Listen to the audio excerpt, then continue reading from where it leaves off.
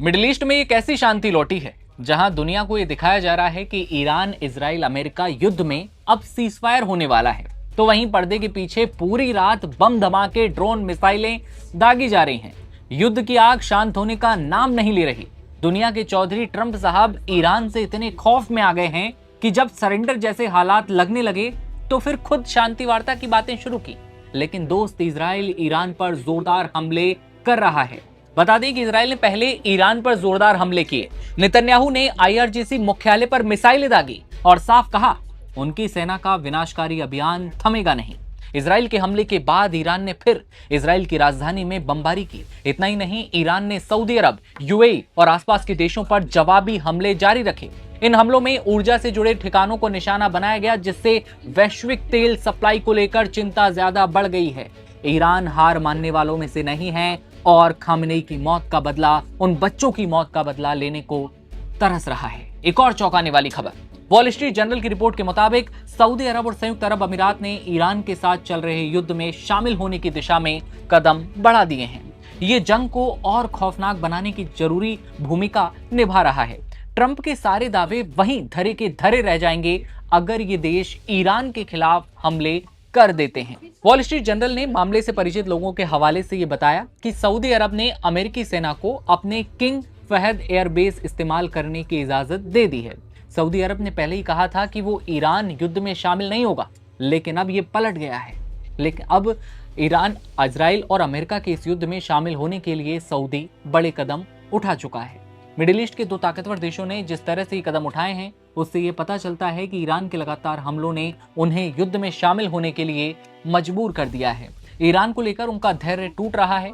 इसी बीच straight of Hormuz में व्यावसायिक जहाजों पर जो हमले हो रहे हैं, वो 20 से ज्यादा देश, जिनमें संयुक्त अरब अमीरात, Britain, France, Germany, Japan, Canada और ऑस्ट्रेलिया ने संयुक्त बयान जारी किया एक साथ और इन घटनाओं की निंदा की। ऐसा लगता है कि कहीं ना कहीं ये 22 देश भी स्ट्रेट ऑफ हॉर्मुज को लेकर ट्रंप के साथ आ सकते हैं। समुद्री रास्ता करीब करीब बंद हो चुका है।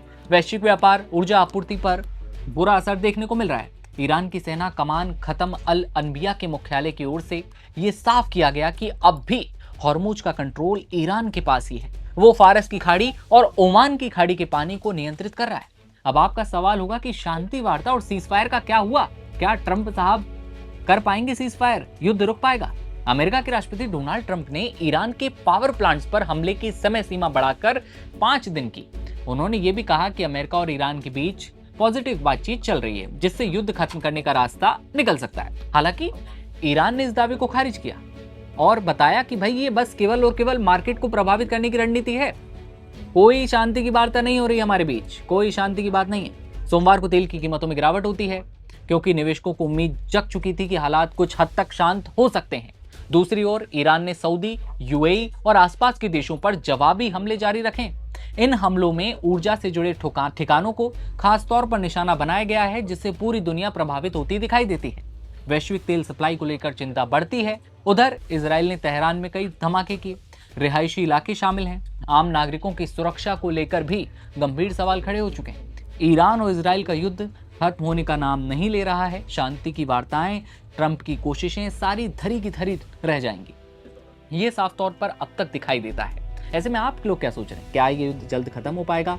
क्या ईरान, सऊदी और आसपास के खाड़ी देशों पर हमले करना बंद करेगा? और सबसे बड़ा सवाल, इजराइल किस तरफ है? अमेरिका शांति की बात करता है, वो हमले कर देता है। आपको क्या लगता है? कमेंट सेक्शन में राय बताइए और देखते रहिए आप नव भारत टाइम्स। नमस्कार।